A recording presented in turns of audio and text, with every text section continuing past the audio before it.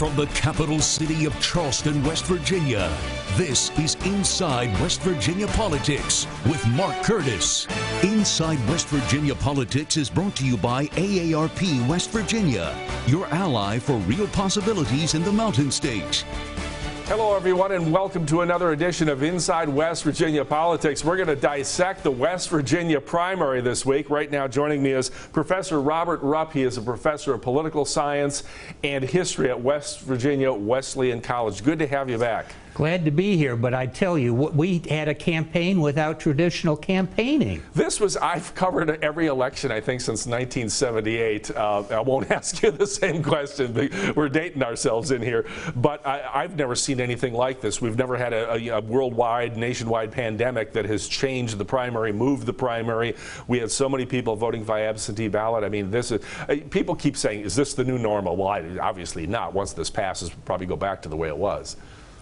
I hope, because this was very disjointed. As you said, it not only involved how you campaigned, it also involved who voted and how. All those absentee ballots being sent out. And meanwhile, the candidates who wanted to meet the voters could not. I'm going to double back to the absentee ballot issue in a moment, but let's talk about the big races. Jim Justice just going away, better than 65% of the vote for renomination as a Republican this time. He ran as a Democrat 4 years ago. And Ben Salango in a neck-and-neck race all night long with Stephen Smith, and then in the final, really 30 minutes, just pulling it out. What do you think of this race? How does this shape up for November? Well, I think let's first look at the Republican. Justice became the comeback kid. He was in trouble. People wondered, was he a reliable Republican? Would he be? Is he more interested in coaching than governing? There were a lot of liabilities that he had, Mark. But when he took charge, then he, like governors across America, for example, Cuomo in New York, literally talked and acted as if they were a leader, and directly every day talked to the voters in the state. And it did two things. One is it canceled out his opponent. Two opponents didn't get a chance to come in and campaign. And secondly, it made him look very executive, decision-making. Yeah, and that's important in a race where, you're right, there were a lot of Democrats that don't like Jim Justice because they felt betrayed, and a lot of Republicans say he was never one of us to begin with. But then you get a lot of independents there, and I think a lot of people looked at the race and said, you know, he's managed this crisis very well, but he has the bonus of being on television, radio, and internet every single day in his briefing, doesn't it? That's a huge advantage. Oh, right. Now, interestingly, as he took away the Republican campaign nomination fight, you had a real dogfight in the Democratic Party, as you noted. Smith came within 10,000 votes of capturing the nomination and literally changing the direction of the party.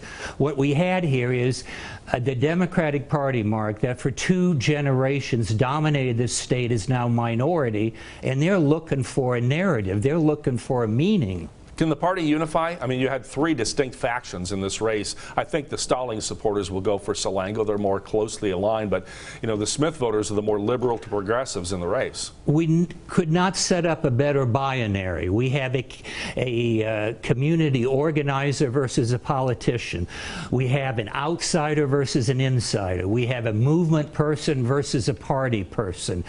Endorsements or yard signs. It just became 2 distinct Democratic parties, and they're going to have to find some way to unify before November. We have about a minute left in the segment, and we'll come back to some other races and issues in our next segment. We got to hear for two segments this week. The absentee ballots. Are we going to see, this is not only a phenomenon here in West Virginia, but other states around the country. There's been a great resistance to mail-in voting in this country. Will this knock down the barriers and perhaps lead to mail-in ballots in West Virginia and elsewhere? Yeah, Mark, let's look at the trend. The trend is we are making it easier and easier for you to vote by doing the absentee and doing the ballot.